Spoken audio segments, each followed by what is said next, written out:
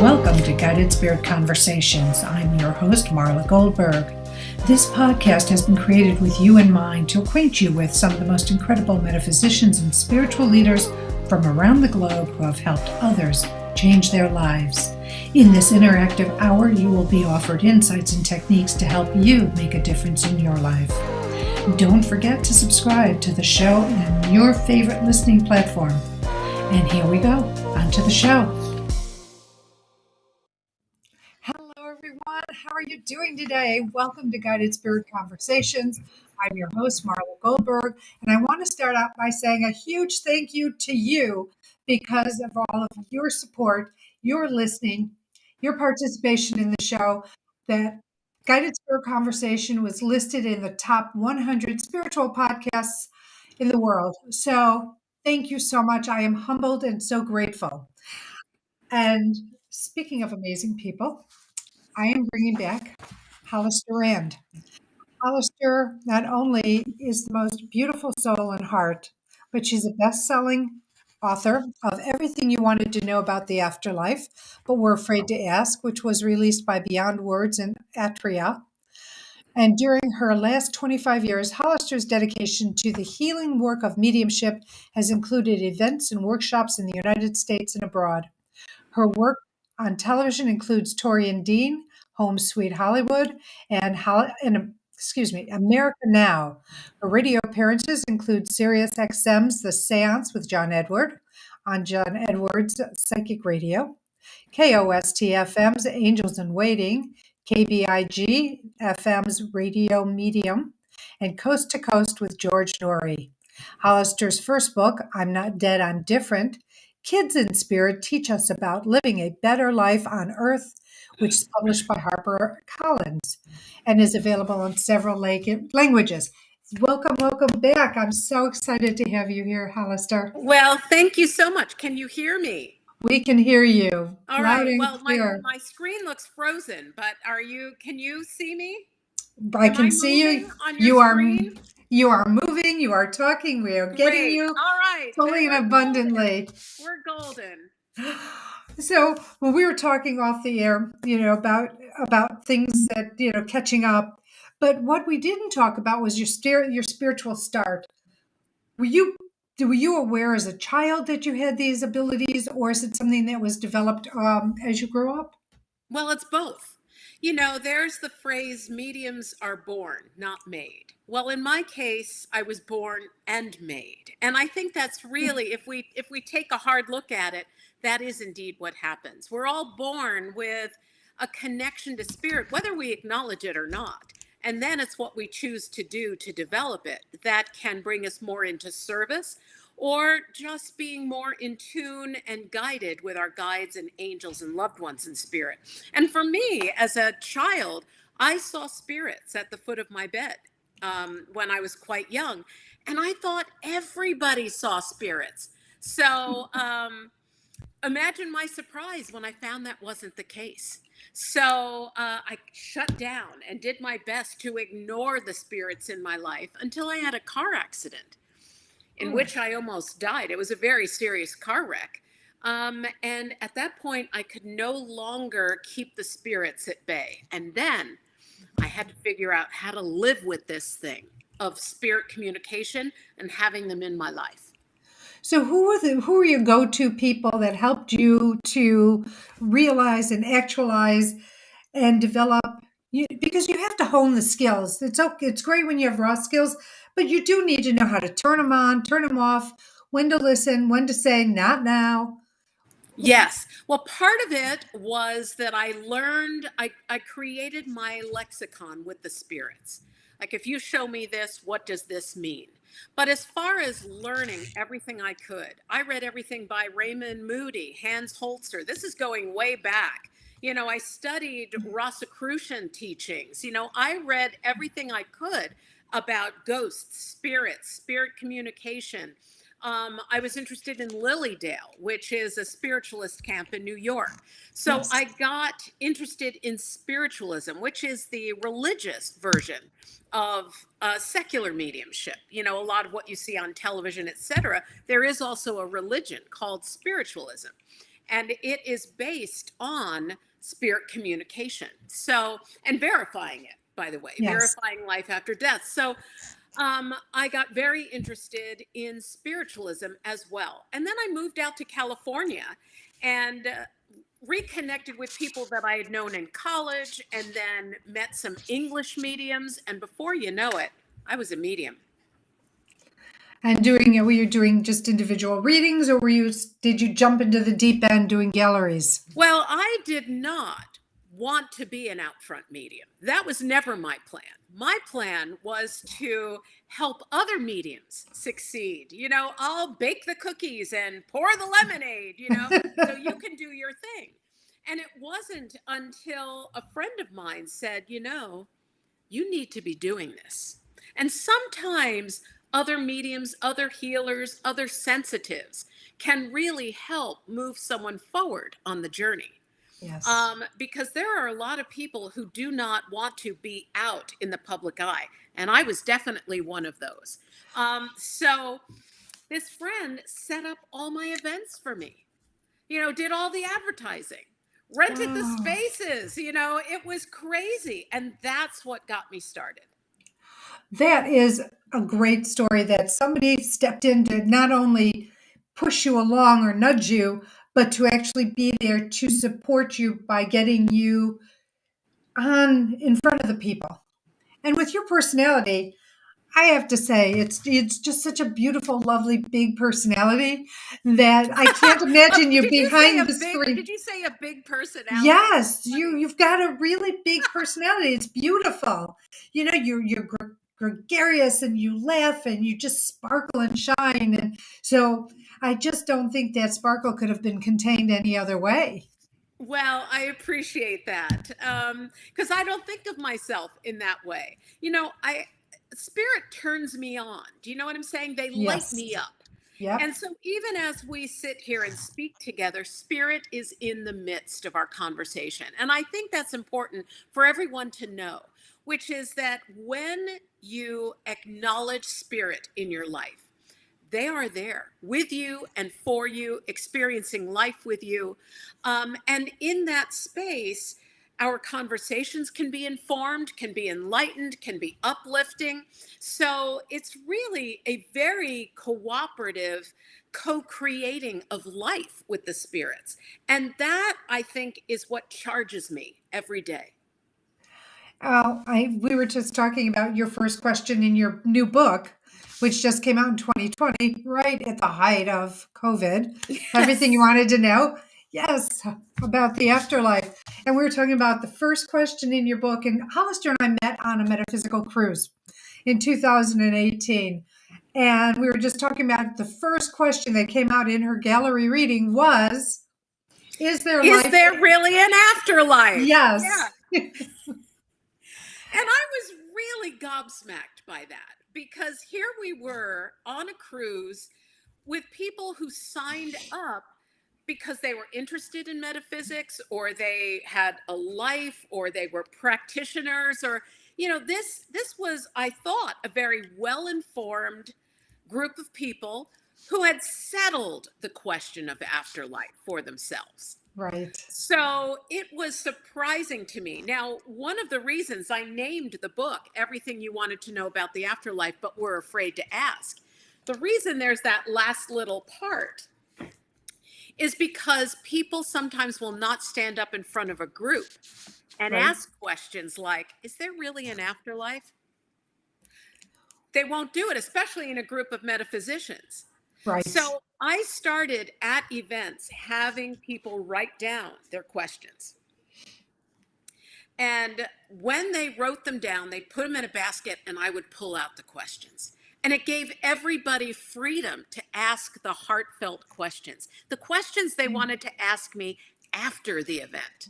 Right. They pull on me, Hollister, can I ask you, what about suicide? What happens if someone dies with suicide? Where do they go? What happens? Will I ever see someone again? So all of those questions that are heartfelt and needed to be answered that other people would find valuable have ended up in this book. And so, is there really an afterlife? Is question number one. And there is, because if it Well, wasn't, yeah, you wouldn't be doing what you're doing, or me. well, yes, but I mean, the answer, I don't know if you remember how spirit worked with me as I got that answer, because I could have been very flippant. I Right. could have said, well, yeah, there's an afterlife, or I wouldn't have a career. Right. But spirit is never flippant No. because they always go to the heart of the question. And the heart of that question is, does the person I love still exist? Yeah. And after I die, will I still exist as me? Am I recognizable? That's really the question. And spirit always answers the real question, not the pretend question. So I paused. And as I paused in front of this group, I saw people's loved ones showing up next to them. I mean, it was really astonishing as I started seeing spirits show up, and they spoke to me collectively to answer this question. And the answer was, there isn't an afterlife.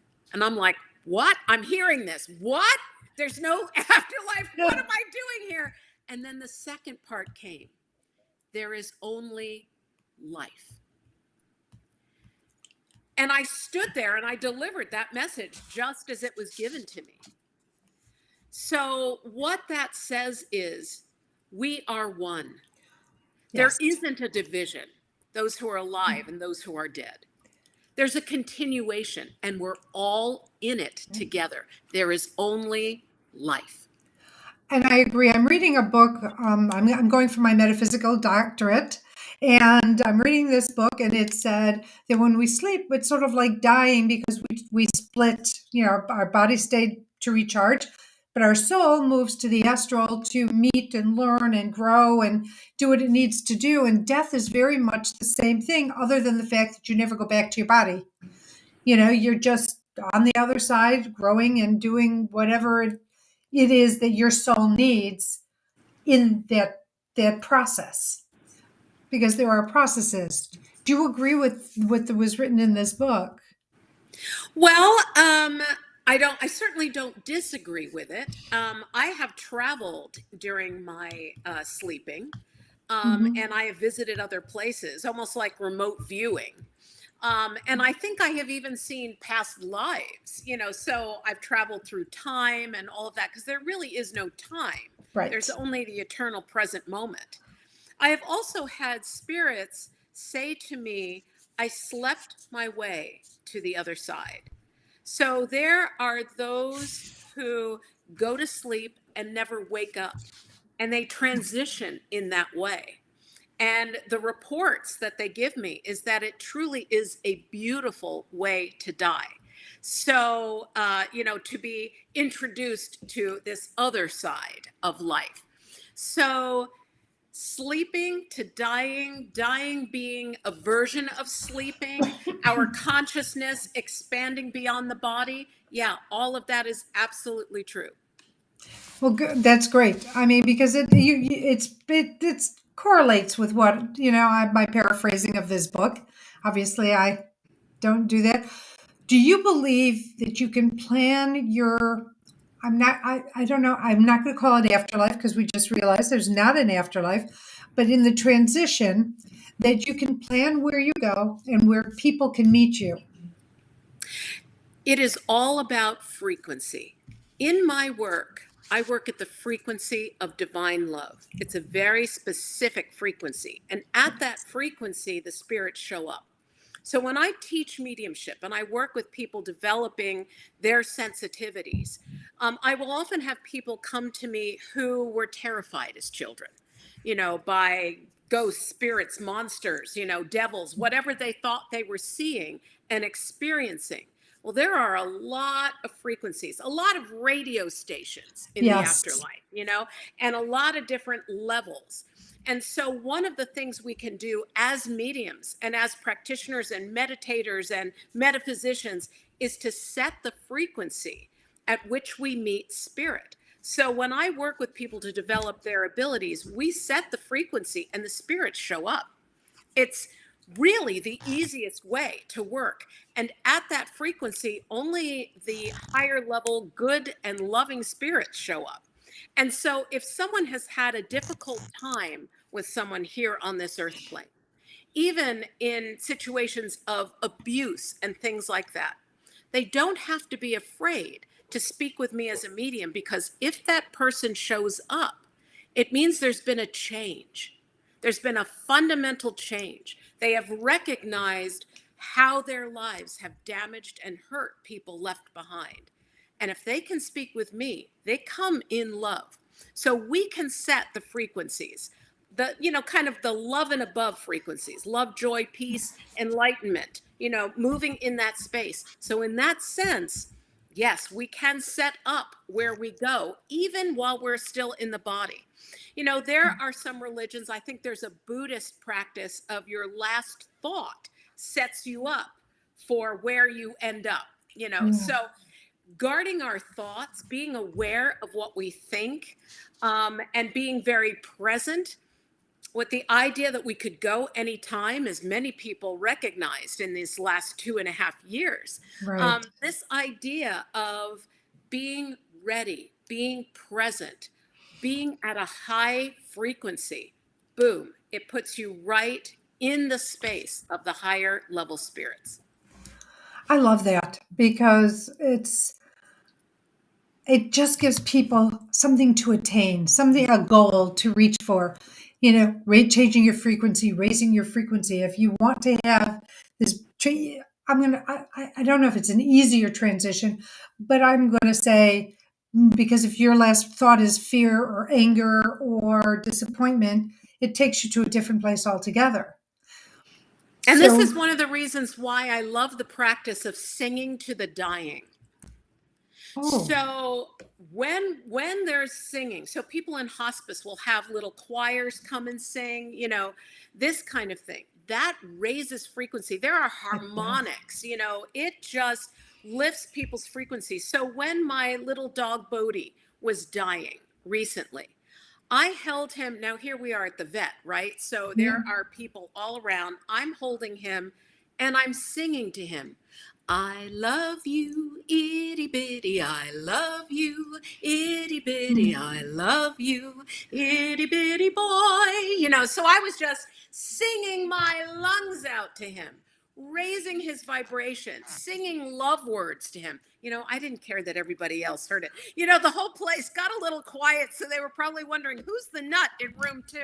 But I was singing to my boy because I knew that as we raised his vibration, it would be an easy transition for him. I like that. I like that a lot. But you've got beautiful singing voice anyway. So you can definitely carry a tune and do it well. Yeah. It was a tune I made up about my little itty bitty boy, but he heard that every day while he lived with me. Your little ones are just so cute. I can't say. So tell us more about your journey as a medium. So what would be one of the most positively surprising outcomes to a reading that you've experienced? There are many, but one thing that I love to do are gallery events. And gallery events are large crowd events. And the reason I love these events is because you get to see how spirit works independently of the medium. In other words, works in a way that isn't directly attributed to what I'm saying or what I'm speaking or the message that is coming forward at the time. And I'll give you an example of that. I was doing an event in a ballroom in Los Angeles, and I came to 2 ladies and talked about, there's a young man, Nick, they both had a Nick. I mean, I'm hearing Anna. They're both named Anna. Oh, Both of their Nicks died in a similar way. I mean, it was the most astonishing coincidence. We were like, what? And both of their spirits were there. Both were talking. It was astonishing. And then one of the young men, the son of one of the women, talked about, you know, you don't need to get that hummingbird tattoo. And she stands up and she says, I got the tattoo, and pulls up the sleeve of her sweater or shirt or whatever it was, and shows the whole audience. Well, these women put on my Facebook page afterwards that they didn't know each other. And one of the women was sitting at a different place in the auditorium, in the ballroom, and thought, you know what? I feel like I want to be up closer. Got up and moved and ended up sitting next to the other Anna with the other Nick. Wow. Now, that is not something, you know, I mean, maybe I should be here going, wow, I'm some really incredible medium. But what I'm really here about is spirit is incredible. That's why I'm here.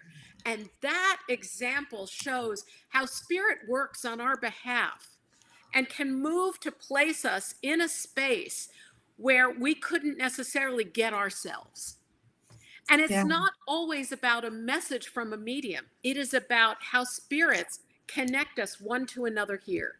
And where I'll see that is if someone comes to me who has lost a son with suicide, and I've been seeing a lot of drug overdose spirits recently, many, Yeah, there's so many. it's really been quite something. And they'll come in with other names of, other spirits. And it turns out that those are spirits in a support group or, some sort of help group. And so the spirits work together to bring healing to those they've left behind. It's astonishing. I just can't even begin to stress to people how nothing happens on this earth plane without a spirit component. And so when we match our frequency, we allow for these incredible synchronicities to happen. When people say, well, what do you mean match frequencies? How do you match frequencies? How do you know what frequency a spirit is at that I need to match it? How do Okay, you guide them? so I sort of stumbled on that. I used to do ghost busting. And I mean, there was one house, I think it was in Beverly Hills, that was just, I talk about bad energy. And one day I ended up with welts on my leg and like a word kind of etched into my leg. And I went, okay, I'm done with this. I only want to talk to the nice spirits in the universe. No more of this workplace harassment.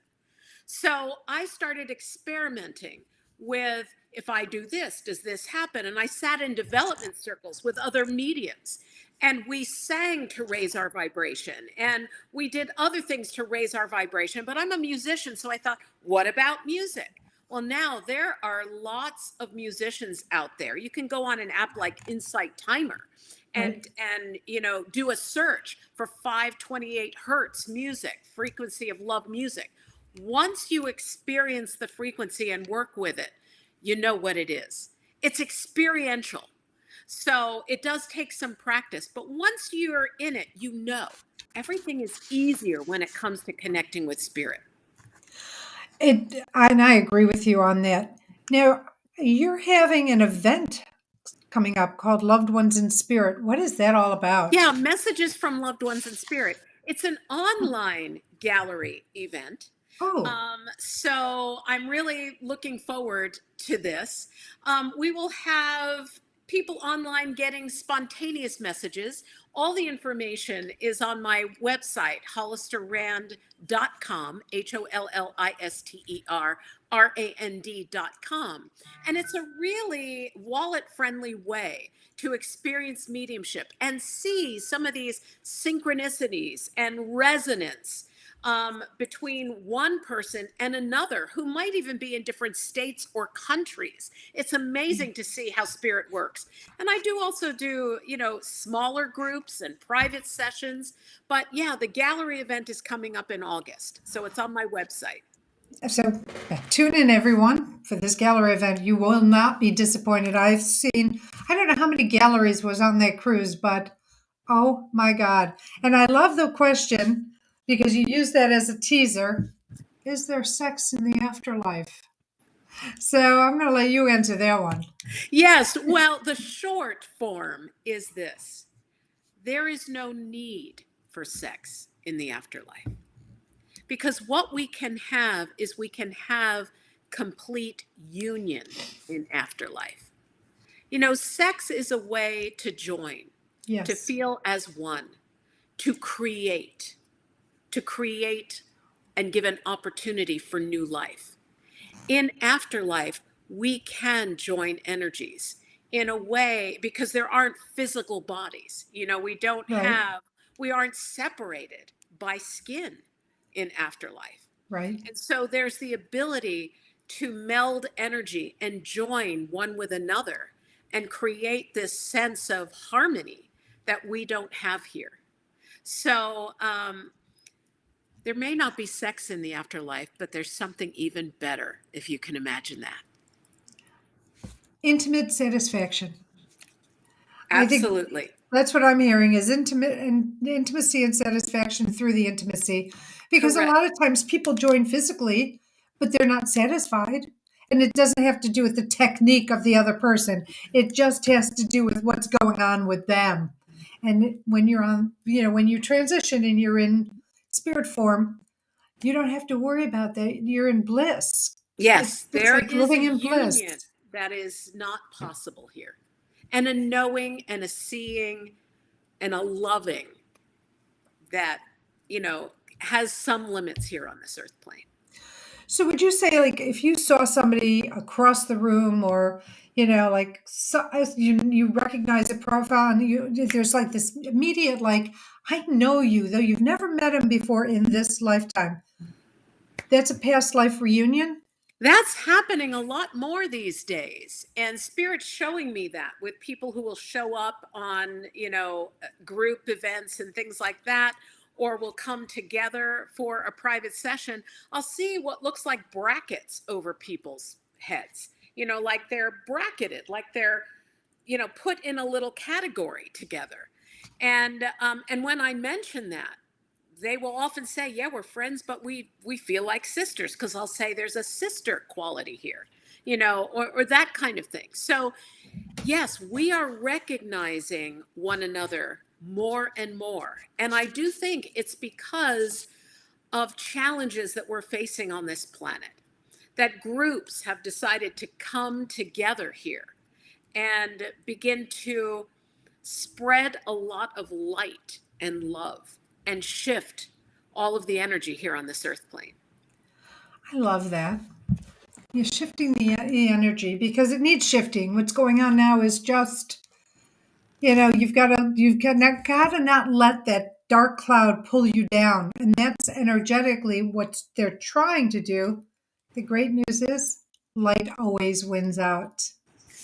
Yes, and when we are connected to spirit and the higher frequencies, we are giving spirit and high level spirits, those who come in love and unity, we're giving them a place on earth when we are connected with them. And that is the beauty of what we do. And that is why things can happen at that gallery event, how two Annas and two Nicks can come together. Yeah. Because they gave spirit a place on this earth plane. And spirit, you know, that was the equivalent of shooting off fireworks. Do you know what I'm saying? That Yes. was the we are here. And we can really do extraordinary things on this earth plane. Does spirit ever come to you and say, it's like something happens and they say, yep, that's because of me. I intervened. I did this. Do they ever like step in and talk that way? In sessions, I will sometimes hear a spirit say something like, Mom fell, and it could have been much worse, but I was there holding her. And the sitter will say, yeah, Mom fell down the stairs, and we have no idea how she didn't hit her head, because the stairs are stone, and, you know, and now we have two railings, and now she won't go down without help. You know what I'm saying? So Yeah. it's less about intervening to prevent death and more about intervening to support life and changes in a trajectory and giving people more choice about how they're going to live their lives. in freedom and self-sufficiency. I had one If of it were those. I all was about intervening to prevent death, none of us would die. So that right, is, yeah, but it except when is we were too old. about often giving time, opportunity, to have a little bit extra or that kind of thing. And it happened to me. I was rear-ended. I was driving 73 miles an hour in a two-seater, and I was hit by a Camry. And instead of flipping or going into a ditch, my car just stopped. I know that was divine intervention because a palmer told me when I was in my 50s I would be in a car accident and would be really bad. And this was the accident, but it wasn't as bad as it could have been. Correct. That's it. It's not as bad as it could have been.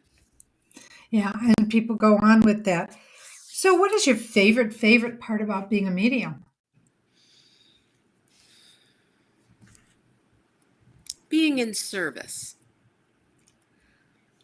You know, there are people who are really coming to terms with purpose in life right now because so much has been called into question. In my sessions, I will often see these days, and this is a new thing over the last couple of years.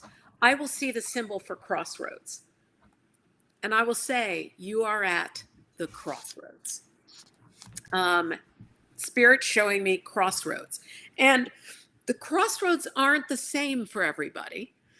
Sometimes it's ending of a relationship, sometimes it's a shift in job, sometimes it's a move, sometimes it's a retirement. It can be a lot of different things, but people are reinventing their lives. One thing I can say is I haven't needed to do that. I may change the way I'm doing things, doing things Hmm. more online, less travel, that kind of thing. But my purpose has remained the same. In fact, I feel as though my whole life has been leading up to this time where I can be of as great service as possible. So my purpose has remained the same. I love that, and I love the fact that we all have a purpose. We may not know that there's a purpose. So, my question is, by asking Spirit to show you your purpose, will Spirit start to conspire to bring those experiences to you that bring you an idea of what you're here to do? Spirits are opportunists. They're always working on our behalf, and they're always trying to find a way to make themselves known. So they're working on your behalf, whether you acknowledge it or not. People do not have to be metaphysicians or spiritualists for spirit to be working on their behalf. It's just the way it's set up. So acknowledgement isn't required for spirit to work in our lives. However, for us to co-create with spirit, now that's an exciting thing. That is really working together. It's like having colleagues, people on your team, knowing who your teammates are. And so in spirit sessions, spirits will show up for someone. Say we have a mother, father, brother, sister in spirit, a grandmother, a grandfather, and a dog. Let's say they all show up for someone and a friend. And then these spirits begin to talk about what they are doing to help in this person's life. Mom was a great cook, is helping this person eat differently. Dad was great with money, helping this person set up a retirement plan. It's really intriguing how spirits will let us know what their jobs are with us. I mean, it's like, what? Division of duties, so it's so intriguing to me. And sometimes what's really interesting is the person who had the great failure on this earth plane with something, or felt that they failed, whether it be with addiction, let's say, uh, or other challenges that they may have faced, or illnesses. They might be unlikely allies in helping someone else overcome an addiction, but that's not the case. Those who have been healed, either before or in afterlife, will help those struggling with the same issues. Who better to help than those who know the issue from inside out? It's true. An AA sponsor is somebody who's worked the program. You can't be a sponsor and help someone work a program if you haven't done it. And So, so that is why I think it's very important as metaphysicians and even people going through our everyday lives is to not exile certain people in our lives who have gone to spirit. Those who have had the most difficult lives can also bring us the greatest joy. what about those who have made your life the most difficult? Can they also bring you the greatest joy? Absolutely. So I'll give you an example. In a session, a lady's mother in spirit showed up, and I heard in my ear a critical sounding voice. Things like, you can't do anything right. That dress, that would look better on your sister, or, like these really kind of nasty things. And I said to the sitter, I said, I have mother here. And I gave a name that I was hearing. And I said, there's a nastiness and a critical sound in her voice. And she said, yes, I don't want to talk with her. I said, okay, I get that, but I work at the frequency of love, which means that there has been a change, but she had to come to me in a way that you would know that it's her. If I said, oh, your mother's here, she's full of love and light, you'd go, that's not my mother. So she had to show up in a way that was recognizable. And then she apologized to her daughter. She had such remorse, and let her daughter know that she understood, that she was kind and loving and all of those things because she chose to live in opposition to her mother. And her mother let her know, I have learned how to love from you. That's beautiful. I That mean, is it healing. was really profound. Wow. That is very profound. And it gives you hope that those who have made your life difficult will come back and give their apologies, acknowledge that they know what they did when they were in human form. Yes. When we die, everybody's heard about a life review. In fact, there have been movies about it, Right? lighthearted movies for the most part. But the idea of a life review is not kind of a highlight reel of the best times of our life. My favorite brunch, the trip I took to Tahiti, it's not about that.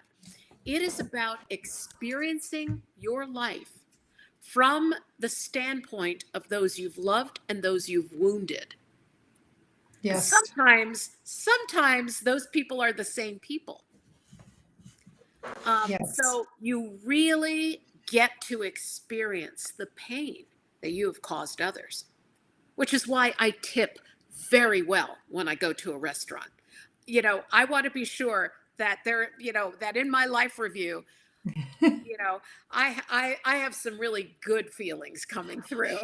Well, I don't think you've done such bad things either. I mean, Well, there's some yes, people but who, there are unconscious things that we do. yes, there There is. are, yes. And so this is that idea of guarding your thoughts, doing an inventory, really looking at yourself, your beliefs, how you treat other people, and how you treat yourself. That's the big one. That is a That big one. that's huge. That's the golden ticket, in my opinion, because nobody treats themselves worse than themselves. I mean, even their worst abusers can't abuse them as much as they abuse themselves. And until they start learning to change their patterns and to stop the negative and limiting belief from flowing in, you're going to continue to have these issues. Well, the interesting thing with the mother who is critical and the daughter, what the mother let her know is, my voice still exists within you. You still hear what I said, and I would like to lift that out of your spirit. That is not an inheritance that you need to keep. So this is the thing, is that we can perpetuate what goes on. Yeah. We can take abuse and run with it. And then we think it's just us and it's our personality. Not so. And spirit wants to, kind of rewind the tape in a way now I'm dating myself. Who even knows what reminding Tape. tape is? Good Lord. Okay. But this idea of changing things in the past, that happens with spirit because there is no past, present, and future. They live in the eternal present moment. So everything is malleable, which is a very exciting concept. It is. And I love the idea that those on the other side who have been difficult to us really want to smooth the wrinkles, you know, heal the hurts on whatever level they can. But that brings me to ask about free will. Now, I'm under the understanding that spirit pretty much is there for you. They're sort of waiting for you to sort of give them the cues or ask for the help, ask for the guidance or the information. And then what I'm hearing from you makes it seem like they're just still working on your behalf like little worker bees, behind you. Is there a free will aspect to asking for spiritual support, help, Always. guidance? We can override spirit help. So spirit can be working on our behalf and we can choose to ignore it. And that happens a lot here on this earth plane. And even people who are sensitive will get a message and say, or their intuition will be piqued and they'll be like, no, I'm making that up, and go on their way and realize later, oh, wait a minute, that actually was a message. So we override spirit all the time. We have free will to do that. And we also have free will to help decide how we're going to go, when we're going to go. Dying is not necessarily as fated and destiny oriented as we might like to think, or even karmic. We can ourselves begin to shift the energy in our lives and the trajectory of our lives at any time. And what can ramp this up? So working with spirit doesn't undermine free will, but it allows you to acknowledge a team and move forward as a group. You've heard of soul groups and things like that. Well, Yes. We can move together as a group. It's much more powerful that way. And I'm seeing angels more and more and more, and saw this leading up to the publishing of my book. I wrote the book, and then Simon and Schuster asked me to read the book, do the audio version of the book. And I got to the question about, what are the differences between angels and guides? And I started reading this and I broke down in tears because there was a phrase which said, I'm seeing angels with ever increasing frequency. This could be due to a threat to life on our planet. I wrote this well before the pandemic. And I got that far and I said to the producer of the audiobook, I have to take a break. I can't go on. I need to pick this up tomorrow. Because I realized at this point that here I am, the medium. And here I'm getting the message that angels, spirit is here because there's a threat to life on our planet. And I totally forgot about it until I was reading that in my own book. So we all can ignore things and maybe not understand the full meaning of things. But looking back to see how present spirit has been, that is the thing that makes me go, wow. So when I was talking about free will, I was talking about free will on the spirit side, that they don't have the free will to just intervene autonomously, but you need to call them in or talk to them or, get their wheels moving somehow, that they don't have the ability, except under dire circumstances, to just say, well, this one just needs a little push in this direction, or we need to bring them this or that. Well, yes and no. I mean, as far as guides go, very often, and there's the understanding that spirit has given to me, that we set out before we even come here some of the things we would like to experience or deal with in this lifetime, or the things that our soul needs. And so that, in a sense, gives permission to a whole bunch of spirits to help us. Okay. So that's already in place. That's what I'm saying. This is These agreements are in place, and it's happening whether we acknowledge it or not, and whether we're living in forgetfulness or not. But spirits cannot override our life plan or our free will. They cannot. So it's not as though they're puppet masters, and are just making us do things. That is not the case. Um, but do they have free will in and of themselves? Yes. But depending on what frequency they're working at, that is what gives them agency in the world. Okay. And people will, depending on your personal frequency, you'll be drawn to certain lower level spirits and behaviors or higher level. It's free will, but it's also this attraction of energy, which can feel Frequency like meets karma. frequency. Yeah. Yeah, which may feel like karma, and it may also feel like you don't have control. And oh well, it's just karma. Mm-mm. Right. Like, what did I do so bad that I deserve this? That I should deserve this? We're going to take a quick break because it's charity shout out time. And your charity is the SPCA. ASPCA. AS, thank Yes. you. I'm dyslexic this morning. I'm an animal person. ASPCA. Yes, Yeah. you are. And helping with what they do to help the animal to stop the abuses. Oh my God, the horrific things. So this morning before I got on the podcast, there's a duck. I live on a lake and there's a duck and its foot. Something's, I don't know if it got caught in fishing line or whatever, but it's black. And now the webbing is off the foot and she holds her little leg underneath her. So I called waterfowl rescue. And together we've been trying for about a few weeks to capture this sweet female mallard to try and do something. She's going to have part of her leg amputated, but she's in pain. Yeah. And it's difficult and it's just heartbreaking for me, for even a duck, to see that. So I just love the fact that there are organizations like the ASPCA that are there for advocating for animals.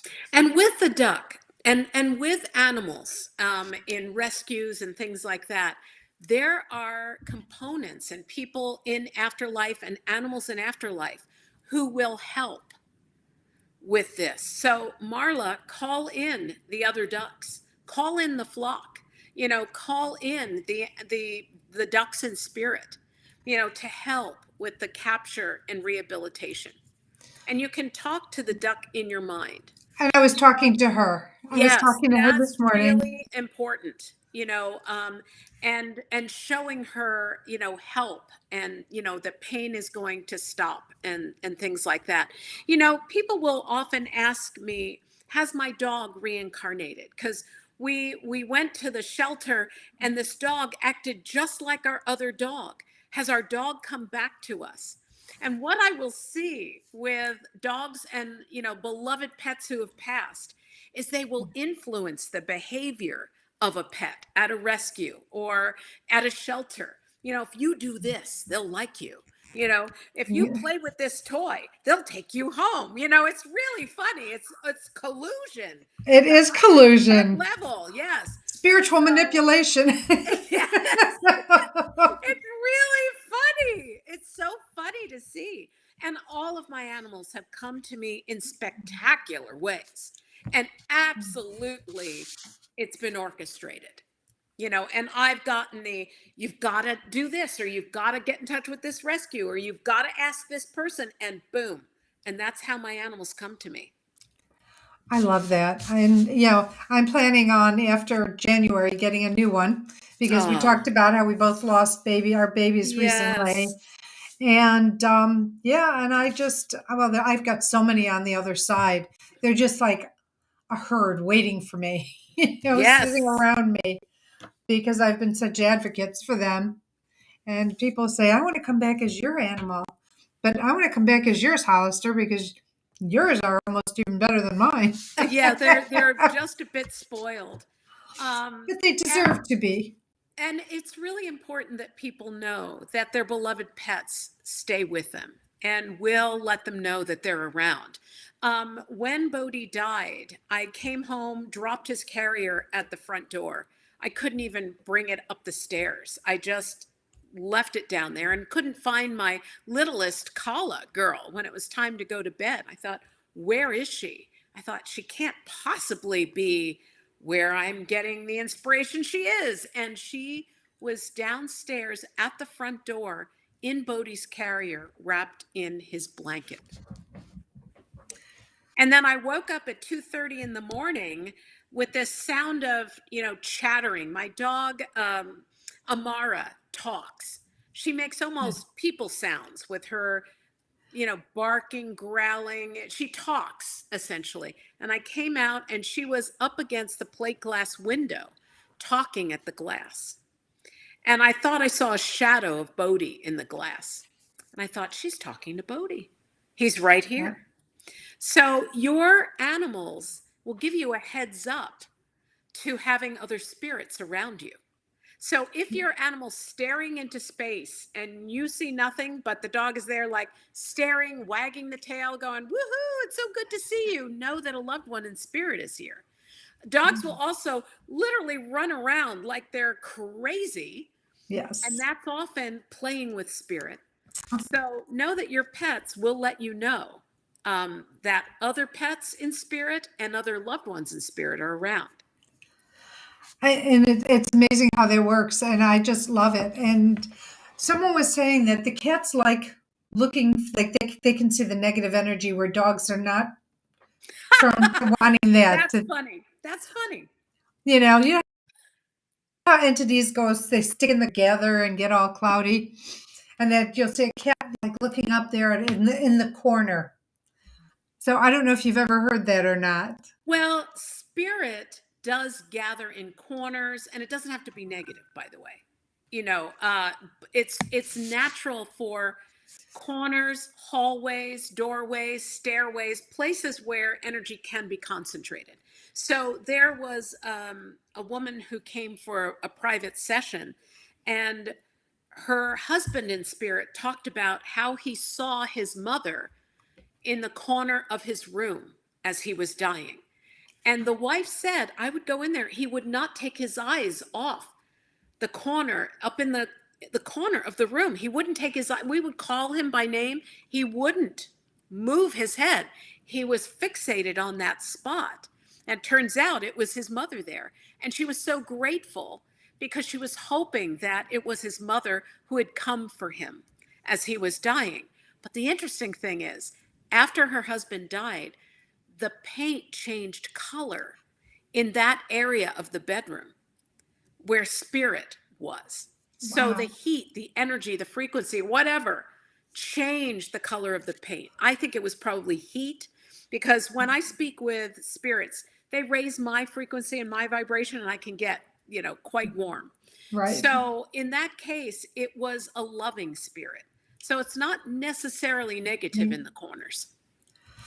I just had a question about, and it just flew out of my mind. So I guess I'm not meant to ask that question. But we're winding up our time. Is there anything, Hollister, that I haven't asked that you want to answer, or you want to share a story or anything? Well, I think the most important thing to know is that those we love never leave us. And those we wished would love us now can. And those who hurt us will understand that they have hurt us, and that change is always possible. That, I think, is Spirit's overriding message to us today. I love that. There's not much I don't love of our conversations, but that's really powerful to know, because it makes people feel like I'm not alone, because so many people lose their parents and they're still 10 years later, their heart's still broken because of the connection. And my feeling is the connection isn't broken because they're feeling that way because they're still stayed corded to the energy of that parent or loved one. Would you think that that would be a sort of an accurate belief? Well, I think this is one of the reasons why inherited pieces of things are important, like jewelry and things like that. It's not the value of things, but it's an automatic connection to the spirit that we love. So when we wear a mother's ring or her birthstone that she used to wear, we are automatically connected with her energy. So this idea of being connected and staying connected, that is absolutely possible. I've been doing it for almost all of my life. I love that. Hollister, thank you so much for being on the show again. I am so grateful for you and for this conversation because it's so enlightening, and you really quelched a lot of misnomers that I might have been carrying on. And I'm grateful for that. So thank you so much. And I think we're going to have you back again because there's more to talk about. Do you have any books or anything else coming up? Well, let's just say a lot of questions are answered in this book. And one of the things I like about the book is people can choose the question they want to read the answer to. They can flip through the book, use it like a Google search, and that kind of thing. And it can be very comforting and answer the questions that they were afraid to ask. So everyone, please check out everything you wanted to know about the afterlife, but were afraid to ask. You can find it on Amazon. You can get the audio version on Audible. Am I correct on that? Yes. In the locations? Yep. Your website? HollisterRand.com. HOLLISTERRAND.com. But the books can be ordered from you if that be the case? No, but from Beyond Words and Oh. also from Barnes & Noble, and your local bookstore will be able to get it for you as well. Perfect. Thank you so much. I want to thank you. I want to thank Bridget for all you do for me as always. You're my right hand, my left hand, and I don't know what I'd do without you. So I'm so grateful for you each and every day. I'm grateful for you, the listening audience. As I mentioned this morning, as we were starting the podcast, I'm grateful for you helping to elevate the show to being one of the top 100 spiritual podcasts. So thank you for that. Thank you for taking time out of your life, out of your day to participate, whether you do it live or you listen to the audio version that's been uploaded to your favorite listening platform. I do it for you because I want to bring you amazing people like Hollister and the information that they can share to help you in your life's path, to make decisions or whatever it might be for help you might want or need. So thank you. I'm going to be at the Bag Lady in Charlotte on Tuesday, and I will be there from 1 to 5. So you can stop in, say hello, set your intention to ask me a question, and I'd be happy to answer it for you. In addition, check out my website and how I can work with you at Marla Goldberg, and Goldberg has 2Rs.com. And as I let you go, I send you love, blessings, and gratitude. Know how grateful I am that you're in my life in whatever capacity you're in it. For not only are you my student, you are my teacher. And not only am I your teacher, I am your student. So thank you. And I'm going to say these words to you. So if you've heard them already today, you're going to hear them again. If you haven't, let me be the first. I love you. As we talked about in this show, you are loved. You are loved by not only the people in your life in physical being, but by your ancestors, angels, archangels, guides, guardians, your pets. All those on the other side are there supporting you and rooting on your behalf. So please know that. And until next week, I say stay well and enjoy. Take care.